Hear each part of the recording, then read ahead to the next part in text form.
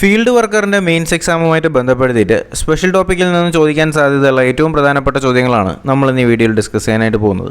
അപ്പോൾ നമുക്ക് നേരിട്ട് ക്ലാസ്സിലേക്ക് തന്നെ കിടക്കാം. ഒന്നാമത്തെ ചോദ്യം, പുതു ബ്ലീച്ചിങ് പൗഡറിൽ ക്ലോറിൻ്റെ അളവ് എത്ര ശതമാനമാണെന്നാണ് ഒന്നാമത്തെ ചോദ്യം. പുതു ബ്ലീച്ചിങ് പൗഡറിൽ ക്ലോറിൻ്റെ അളവ് 33%. പുതു ബ്ലീച്ചിങ് പൗഡറിൽ ക്ലോറിൻ്റെ അളവ് എത്ര ശതമാനമാണ്?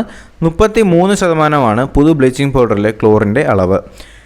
അടുത്ത ചോദ്യം എന്ന് പറയുന്നത്, ബ്ലീച്ചിങ് പൗഡറിൻ്റെ പ്രവർത്തനത്തിന് കാരണമായ പദാർത്ഥം എന്ന് പറയുന്നത് സ്വതന്ത്രമായ ക്ലോറിൻ തന്നെയാണ്. അപ്പോൾ ബ്ലീച്ചിങ് പൗഡറിൻ്റെ പ്രവർത്തനത്തിന് കാരണമായിട്ടുള്ള പദാർത്ഥം എന്താണ്? സ്വതന്ത്രമായ ക്ലോറിനാണ്. രണ്ടാമത്തെ ചോദ്യം, സൈക്രോമീറ്റർ. വളരെ ശ്രദ്ധിച്ചിരിക്കുക. സൈക്രോമീറ്റർ എന്ന് പറയുന്ന ഉപകരണം എന്തളക്കാൻ ഉപയോഗിക്കുന്നു? ഈ സൈക്രോമീറ്ററിൻ്റെ സ്പെല്ലിംഗ് കണ്ടായിരുന്നോ? PSYCHROMETER. ഓക്കെ, അപ്പോൾ സൈക്രോമീറ്ററിൻ്റെ സ്പെല്ലിംഗ് ശ്രദ്ധിക്കുക. PSYCHROMETER. ഓക്കെ, അപ്പോൾ സൈക്രോമീറ്റർ എന്തളക്കാനാണ് ഉപയോഗിക്കുന്നതെന്നാണ് നമ്മുടെ രണ്ടാമത്തെ ചോദ്യം. ആർദ്രതയാണ് കേട്ടോ. അപ്പോൾ ആർദ്രത അളക്കാൻ ഉപയോഗിക്കുന്ന ഉപകരണമാണെന്ത്? സൈക്രോമീറ്റർ. ആർദ്രത അളക്കാൻ ഉപയോഗിക്കുന്ന ഉപകരണമാണെന്ത്? സൈക്രോമീറ്റർ. മൂന്നാമത്തെ ചോദ്യം, കാറ്റാ തെർമോമീറ്റർ ഏത് അളക്കാനാണ് ഉപയോഗിക്കുന്നത്? കാറ്റാ തെർമോമീറ്റർ ഏത് അളക്കാനാണ് ഉപയോഗിക്കുന്നതെന്നാണ് നമ്മുടെ മൂന്നാമത്തെ ചോദ്യം. വായുവിൻ്റെ താപനില, ആർദ്രത, ചലനം എന്നിവ അളക്കാനാണ് കറ്റാ തെർമോമീറ്റർ ഉപയോഗിക്കുന്നത്. അപ്പോൾ എന്താണ് കറ്റാ തെർമോമീറ്റർ? എന്തിനാണ് ഉപയോഗിക്കുന്നത്? വായുവിൻ്റെ താപനില, ആർദ്രത, ചലനം എന്നിവ അളക്കാനാണ് കറ്റാ തെർമോമീറ്റർ ഉപയോഗിക്കുന്നത്. നാലാമത്തെ ചോദ്യം എന്ന് പറയുന്നത്, മാലിന്യം കാർഷിക ആവശ്യങ്ങൾക്ക് ഉപയോഗിക്കപ്പെടുന്ന രീതിയിലുള്ള മാലിന്യ നിർമ്മാർജ്ജന സമ്പ്രദായത്തിൻ്റെ പേരെന്തെന്നാണ് ചോദ്യം ശ്രദ്ധിക്കുക. ഓടമാലിന്യം അതുപോലെ തന്നെ മാലിന്യമൊക്കെ കാർഷിക ആവശ്യങ്ങൾക്ക് ഉപയോഗപ്പെടുത്തുന്ന രീതിയിലുള്ള മാലിന്യ നിർമ്മാർജ്ജന സമ്പ്രദായത്തിനെ അറിയപ്പെടുന്ന പേരാണ് നദീബഹിർപതനം. എന്താണ് നദീബഹിർപതനം? ഓടമാലിന്യം അതുപോലുള്ള മാലിന്യങ്ങൾ ഇവയൊക്കെ എന്ത് ചെയ്യാണ്? കാർഷിക ആവശ്യങ്ങൾക്ക് ഉപയോഗിക്കപ്പെടുന്ന അല്ലെങ്കിൽ ഉപയോഗിക്കുന്ന രീതി അറിയപ്പെടുന്ന പേരാണ്, അല്ലെങ്കിൽ ഉപയോഗിക്കുന്ന രീതിയിലുള്ള മാലിന്യ നിർമ്മാർജ്ജന മെത്തേഡ്സിനെ അറിയപ്പെടുന്ന പേരാണ് നദീബഹിർപതനം അല്ലെങ്കിൽ റിവർ ഔട്ട്ഫാൾ എന്നൊക്കെ അറിയപ്പെടും. അപ്പോൾ ഓടമാലിന്യങ്ങളും മറ്റു മാലിന്യങ്ങളുമൊക്കെ കാർഷിക ആവശ്യങ്ങൾക്കായിട്ട് ഉപയോഗിക്കപ്പെടുന്ന അല്ലെങ്കിൽ ഉപയോഗിക്കുന്ന മാലിന്യ നിർമ്മാർജ്ജന സമ്പ്രദായങ്ങളുടെ പേരാണ് നദീബഹിർപതനം അല്ലെങ്കിൽ റിവർ ഔട്ട്ഫാൾ എന്ന് അറിയപ്പെടുന്നത്. ആറാമത്തെ ചോദ്യം എന്ന് പറയുന്നത്, സീവേജ് ഫാമിൽ കൃഷി ചെയ്യുന്ന വിള എന്തെന്നാണ്? സീവേജ് ഫാം എന്ന് പറഞ്ഞാൽ എന്താണ്? വേസ്റ്റ് ഫാംസ് ആണ് കേട്ടോ. അപ്പോൾ ഈ ചവറൊക്കെ കൊണ്ടിടുന്ന അല്ലെങ്കിൽ ഇമാതിരിയുള്ള വേസ്റ്റൊക്കെ വന്ന് അടിയുന്ന സീവേജ് ഫാമുകളിൽ കൃഷി ചെയ്യാവുന്ന വിള എന്ന് പറയുന്നത് ഉരുളക്കിഴങ്ങാണ്. ഓക്കെ, അപ്പോൾ ഉരുളക്കിഴങ്ങ് എവിടെയാണ് കൃഷി ചെയ്യുന്നത്? സീവേജ് ഫാമിൽ കൃഷി ചെയ്യാൻ കഴിയുന്ന വിളയാണ് എന്ത്? ഉരുളക്കിഴങ്ങെന്ന് അറിഞ്ഞിരിക്കുക. ഏഴാമത്തെ ചോദ്യം എന്ന് പറയുന്നത്, ഇന്ത്യയിലെ ആദ്യത്തെ വൻകിട ഓക്സിഡേഷൻ പോണ്ട് സ്ഥാപിതമായത് എവിടെയാണ്? എന്താണ് ചോദ്യം? ഇന്ത്യയിലെ ആദ്യത്തെ വൻകിട ഓക്സിഡേഷൻ പോണ്ട് സ്ഥാപിതമായത് ഭിലായിലാണ് കേട്ടോ. അപ്പോൾ ഭിലായിലാണ് ഇന്ത്യയിലെ ആദ്യത്തെ വൻകിട ഓക്സിഡേഷൻ പോണ്ട് സ്ഥാപിതമാകുന്നത് എവിടെയാണ്? ഭിലായിലാണെന്ന് ഓർത്തിരിക്കുക. വളരെ പ്രധാനപ്പെട്ട ചോദ്യമാണ്. അടുത്ത ചോദ്യം, കേൾവിശക്തി സ്ഥിരമായി നഷ്ടപ്പെടുന്ന തരത്തിൽ കർണപടം പൊട്ടുന്നതിന് ഇടയാക്കുന്ന ഏറ്റവും കുറഞ്ഞ ശബ്ദ തീവ്രത എത്രയാണ്? എന്താണ് ചോദ്യം? കേൾവിശക്തി സ്ഥിരമായി നഷ്ടപ്പെടുന്നതിന് കർണപടം പൊട്ടുന്നതിനൊക്കെ ഇടയാക്കാവുന്ന ഏറ്റവും കുറഞ്ഞ ശബ്ദ തീവ്രത എന്ന് പറയുന്നത് 160 ഡെസിബിളാണ്. അപ്പോൾ കേൾവിശക്തി സ്ഥിരമായി നഷ്ടപ്പെടുന്ന രീതിയിലുള്ള കർണപടം പൊട്ടുന്നതിനിടയാക്കാവുന്ന ഏറ്റവും കുറഞ്ഞ ശബ്ദ തീവ്രത എന്ന് പറയുന്നത് 160 ഡെസിബിളാണ്. കേൾവിശക്തി തകരാറുണ്ടാകാതെ മനുഷ്യന് താങ്ങാൻ കഴിയുന്ന ശബ്ദപരിധി എത്രയാണ്? കേൾവിശക്തി തകരാറുണ്ടാകാതെ മനുഷ്യന് താങ്ങാൻ കഴിയുന്ന ശബ്ദപരിധി എന്ന് പറയുന്നത് 85 ഡെസിബലാണ്. ഓക്കെ, അപ്പോൾ ഇതിനെയാണ് സ്വീകാര്യമായ ശബ്ദപരിധി എന്നറിയപ്പെടുന്നത്. അപ്പോൾ കേൾവിശക്തി തകരാറുണ്ടാകാതെ മനുഷ്യന് താങ്ങാൻ കഴിയുന്ന ശബ്ദപരിധി എന്ന് പറയുന്നത് എത്രയാണ്? 85 ഡെസിബലാണ്. ഇതാണ് സ്വീകാര്യമായ ശബ്ദപരിധി. പത്താമത്തെ ചോദ്യം, ചെവിയിൽ വേദന അനുഭവപ്പെടുന്ന ശബ്ദപരിധി എത്രയാണെന്നാണ് ചോദ്യം. അതെത്രയാണ്? 140 ഡെസിബലാണ് കേട്ടോ. അപ്പോൾ 160 ആകുമ്പോൾ നമ്മുടെ ചെവി അടിച്ചു പോകും. അപ്പോൾ 140 നമ്മുടെ ചെവിയിലെ വേദന അനുഭവപ്പെടുന്ന ശബ്ദപരിധി എന്ന് പറയുന്നത് എത്രയാണ്?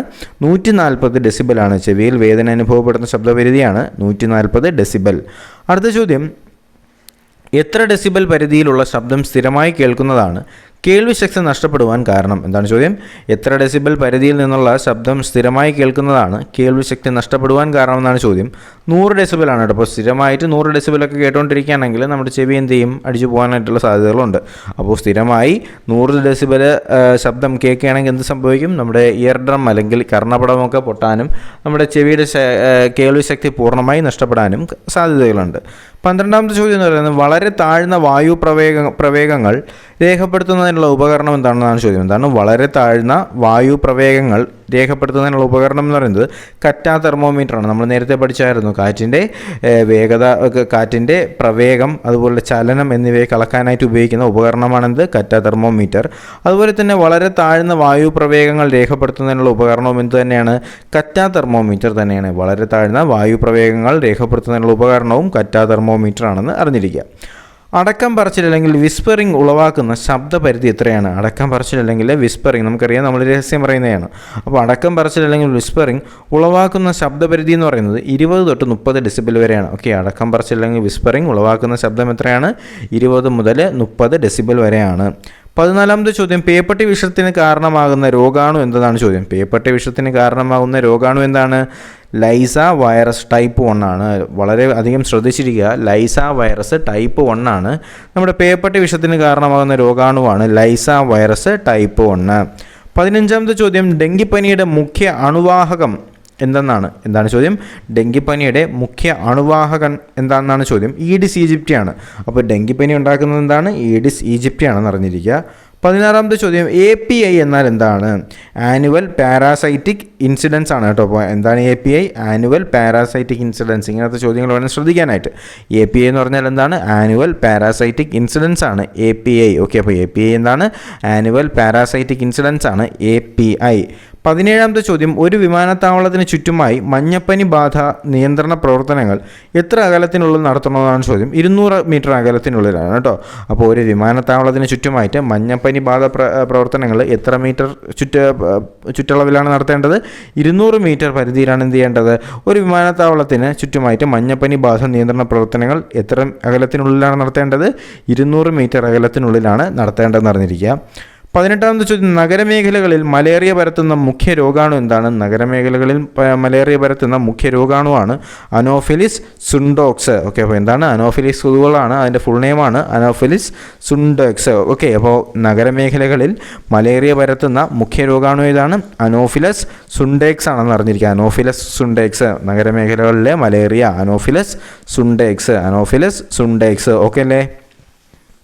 19ാമത്തെ ചോദ്യം, രക്തദാനത്തിലൂടെ പകരാവുന്ന മലമ്പനി രൂപത്തിലുള്ള അണുബാധ അല്ലെങ്കിൽ ഈ മലമ്പനി പരത്തുന്ന അണുബാധ രൂപം ഏതാണ് ചോദ്യം? എന്താണ് ചോദ്യം?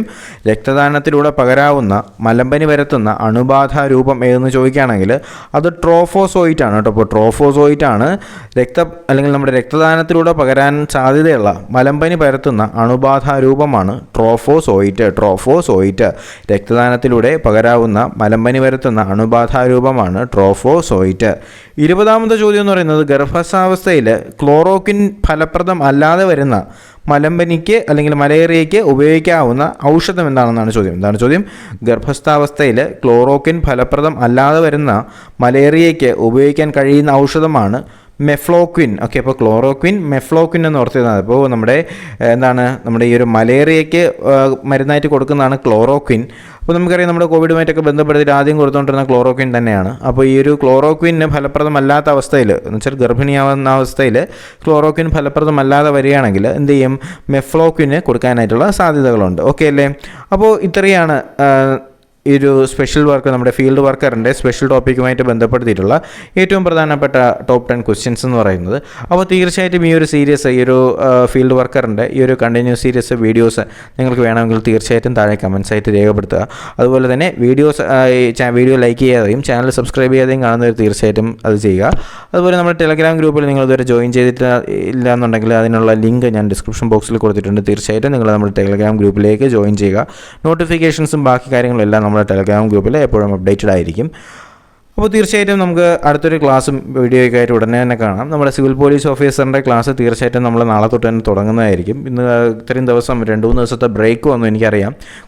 ഫിസിക്കലി കുറച്ച് പ്രശ്നങ്ങളൊക്കെ ഉണ്ടായിരുന്നു. നമ്മുടെ കോവിഡ് വാക്സിനേഷനൊക്കെ എടുത്തതിൻ്റെ ഫലമായിട്ട് ചെറിയൊരു പനിയും കാര്യങ്ങളൊക്കെ വന്നാണ് വീഡിയോ എടുക്കാൻ പറ്റാത്തൊരു സിറ്റുവേഷൻ ഉണ്ടായത്. തീർച്ചയായിട്ടും ഇനിയുള്ള ദിവസങ്ങളിൽ ക്ലാസ് തീർച്ചയായിട്ടും ഉണ്ടാവും. അപ്പോൾ നമുക്ക് അടുത്ത ക്ലാസ്സിലേക്ക് കാണുന്നവരേക്കും എല്ലാവർക്കും ഗുഡ് ബൈ.